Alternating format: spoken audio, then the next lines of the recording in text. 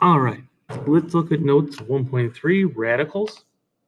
We will, by the end of this lesson, approximate square roots using a calculator and rounding to the correct place. Recognize perfect squares and evaluate them without a calculator. Without using a calculator, estimate the value of square roots of numbers that are not perfect squares. So it's all about square roots. Perfect square number is a product of two equal rational numbers. Perfect squares can also be a product of two equal negative numbers. So 25 is a perfect square since we have a number 5 that multiplied by itself is 25. Likewise, negative 5 squared is negative 5 times negative 5, and that gives us a positive 25 as well. So we have two roots of these figures. 64 is a perfect square because 8 times 8 is 64, and again, the negative 8 times the negative 8 is also a positive 64. 1/4 is a perfect square since 1/2 times 1/2 equals 1/4. So make a list of the first 20 integer perfect square numbers. So 1 squared is 1, 2 squared is 4, and so on and so forth. You should try and memorize these. It'll make things easier and quicker. And then you also don't have to rely on your calculator, especially when you can't use a calculator. We're getting up here 196, 225, 256, 289, 324, 361, and last but not least, 400. Memorizing those will help. Now, you know, we probably have up to and including 12. Maybe 13 if you really remember some stuff. We need to try and remember all the way up to 20 squared. All right, evaluating square roots of perfect squares. Finding the square root of a number is the inverse operation of squaring that number. We use a radical symbol, the square root symbol, but it's really all radicals, to find the square root of a number or expression. Square root of n means the square root of a number n, and is the number that equals n when multiplied to itself. So again, a couple more examples. 25 equals 5 because 5 times 5 is 25. 25 is our perfect square, and 5 is the square root. Again, square root of 9 is 3, since 3 times 3 is 9. Square root of 81 is 9, since 9 times 9 is 81. And lastly, square root of 7 squared. So this is a little bit different. We have the squared inside. Because they are inverses, the square root and the square cancel out. And that's why we just have 7. But again, to look at it a different way, this equals the square root of 49, which equals 7, or negative 7. So again, when we square a square root, we get an integer, a whole number, 7. Now, example, just square root of smiley face squared. Well, square root, squared, cancel out. So I just have smiley face. That's it. If we're trying to figure out how to do this on our calculator, see, this is what it's going to look like. And these are the buttons you hit. So second, the top left button, x squared, which actually gives us that blue writing, which is a square root. You put in your number, 121, and you hit enter, and you get your square root. Even if it's not a whole number, calculator will give you the square root. So we continue on. Square root of 1 is 1, because 1 times 1 is 1. Square root of 36 is 6, because 6 times 6 is 36, and so on and so forth. So this is really, again, just kind of memorizing each perfect square number and its square root. So square root of, we got the negative first, and then the square root of 225 is 15. Square root of, again, negative first, square root of 169 is 13. And negative, and we just saw this, square root of 121 is 11. Now, estimating square roots by using a calculator. Simplest way to estimate or find the square root of a number is to use a calculator.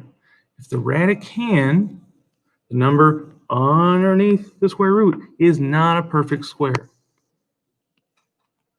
a decimal will result. So in other words, if we can't take the square root of that number and get an integer, a whole number, then we have to approximate the answer by rounding. Whatever they say, it could be 10th, 100th, 1000th, whatever it is, just make sure you're watching. So 1, 2, and 3 here, we just throw in our calculator. Square root of 32 is approximately 5.7. We're just rounding to the nearest 10th. So it's one decimal place, or one place after the decimal. Square root of root 7 is approximately 2.6. And the square root of 12 is approximately 3.5. There is no number times itself that gives us 32. Likewise with 7, likewise with 12. These are the best or close guesses. But 5.7 squared is not going to give you 32. It'll give you a little less, a little more, depending on how we round it. Now, let's do this without a calculator. So we can approximate the value of a square root of a non-perfect square number. And square root of 6, square root of 90, square root of 3. We can find the value of a square root of a non-perfect square number by using number sense and estimation skills. Knowing the list of perfect squares of integers is very handy when estimating radicals. So if we want to estimate root 6, what two perfect squares are right around or wrapped around the root 6? So what's the perfect square before that? And what's it after that? Well, it lies between two perfect square numbers, 4 and 9. So the square root of 4 is less than the square root of 6, which is less than the square root of 9. We can all agree, hopefully, that's true. 4 is less than 6, which is less than 9. Now we can take the square roots of 4 and 9, hence why we wanted perfect squares.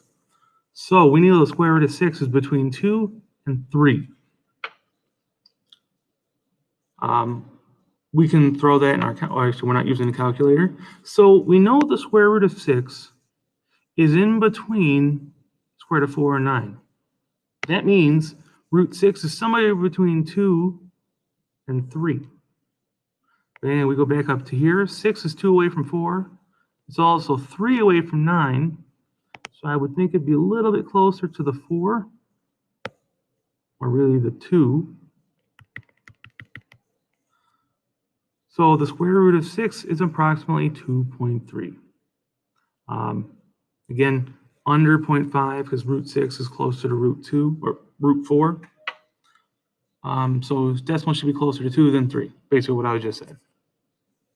Estimate the approximate square root of each number. We know root 3 is between root 1 and root 4. So that's in between 1 and 2. And root 3 is 2 away from the 1, but only 1 away from the 4. So it's probably bigger than 1, not as big as 2. So kind of estimate maybe 1.7. May not be exact, but it's pretty close. Numbers around 30 or 25. Again, these are perfect square numbers. So we got root 30 in between root 25 and root 36. So that means root 30 is between 5 and 6. And then if we go back up here to figure out what it approximately might be, is root 30 is 5 away from 25, and it's 6 away from 36. So it's almost in the middle. So we could say it's about 5.5. I'd say 25 and 30, that's 5, 30 and 36 is 6. So 6 is different, or it is 6 numbers away. Estimate it's over, a little bit over half. So, or maybe even half, depending on how you round it. It's pretty close to either way. Root 20, you got root 16, root 25, that's around root 20. That's 4 and 5. So root 20 is somewhere 4 point something. And again, look up here. 20 is 4 away from 16. It's 5 away from 25. So it's about in the middle. I'll say 4.5. If you say, because it's 4 away from 16, 5 away from 25, If you say it's like 4.4, because it's a little bit less than half, that's fine too. Again, it's just estimating. Root 90 is between root 81 and root 100. Hopefully we can see that. So that means root 90 is somewhere between 9 and 10. Again, going from 81 to 90, that's 9 apart. 90 to 100, it's 10 apart. And that's pretty close to 0.5. So it's approximately, we can go 9.5. We could say 9.6 or 9.4. Whatever we think is a good approximation of that number. So let's keep moving on. Applications of radicals, square roots. Use a order of operation to evaluate each expression involving radicals. Again, we need to make sure that we use PEMDAS. So our first step is to do inside the parentheses. So square root of 100 minus 2 plus the square root of 64, which is 8, because 8 times 8 is 64. We got 100, square root of 100 minus 2 plus 8 is 10. Obviously, square root of 100 is 10. So 10 minus 10 gives us a grand total of 0. I feel ripped off. We did all that work, and we got an answer of 0. Oops. Similarly, letter B. So we'll get back to the root 4 cubed. That's kind of a different kind of thing. We'll do inside the parentheses first. Again, there's nothing to do here with the square root of 4. Kind of there is. So square root of 16 is 4. Square root of 1 is 1. There is a square root of 1, and it's not the square root or 2 or anything like that. So now we can do the square root of 4. So we will. Now we haven't done anything with that exponent of 3. And add up my parentheses here. So we took the square root of 4, and now we want to cube it. So 2 times 2 times 2 is 8, not 6. We're not multiplying the 3 and the 2. We have 2 times 2 times 2. That's cubed. And that's 2 times 2 is 4 times 2 is 8. And of course, 3 times 5 is 15. Add those up, we get 23. And that is the best number. That is my favorite number. Hint, hint, wink, wink, extra credit. Number 2, very similar to number 3. We're going to substitute in values for A, B, and C, and then use our square roots that we just learned. Again, I want to put everything in parentheses when we submit them, because it's negative B. So it's negative 3 plus or minus. That means we're going to have 2 answers. Let's see, B squared. So that would be 3 squared minus 4 times A, which is 1 times C, which is 0. All over 2 times A. You might recognize this formula. We will use this a lot this year. So now simplify. Well, negative 3 is negative 3. See if we can simplify our square root, our radical. 3 squared is 9. Obviously, 4 times 1 times 0 is 0. So that's negative 3 plus or minus the square root of 9 over 2. Or square root of 9 plus or minus 3 divided by 2. Now, we can't do anything else until we use the plus or minus. And this is how we get 2 answers. So we got one there. We're going to have one here. So negative 3 plus 3 divided by 2. That's a negative 9 approximation. So once we use the addition sign. Negative 3 plus 3 is 0. 0 divided by 2 is 0. So that's one of our answers. Our other answer is when we have negative 3 minus 3. So we do our plus and minus and divided by 2 again. So it's negative 6 over 2 or negative 3. So we have 2 answers, negative 3 and 0. We're going to have 2 answers for number 3, but they're not going to be nice looking. So again, negative B, which is negative 3. Again, why I want the parentheses. Plus or minus square root of b squared in parentheses minus 4 times a times c all over 2 times a. So it's just like the last problem, just substitute in, again, in parentheses. It'll make things a little bit nicer. So now negative 3 is obviously a positive 3.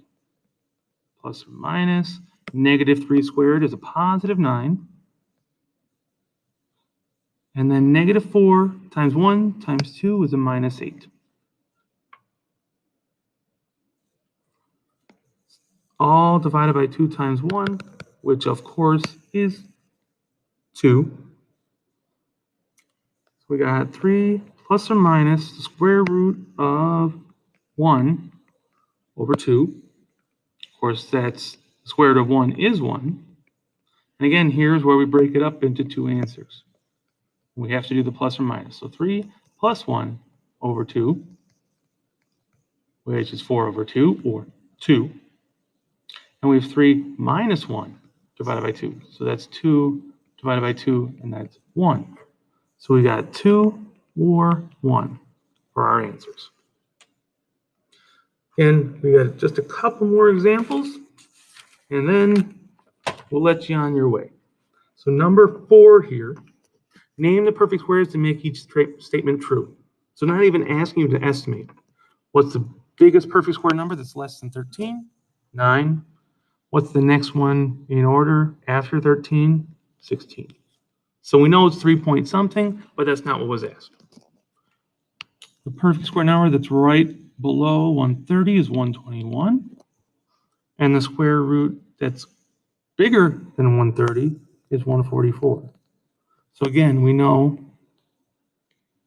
that root 30, again, didn't ask for it, but the root 130 is between 11 and 12, probably closer to 11. But again, we're not asked to do that. And that's how you deal with radicals when we're talking about perfect squares.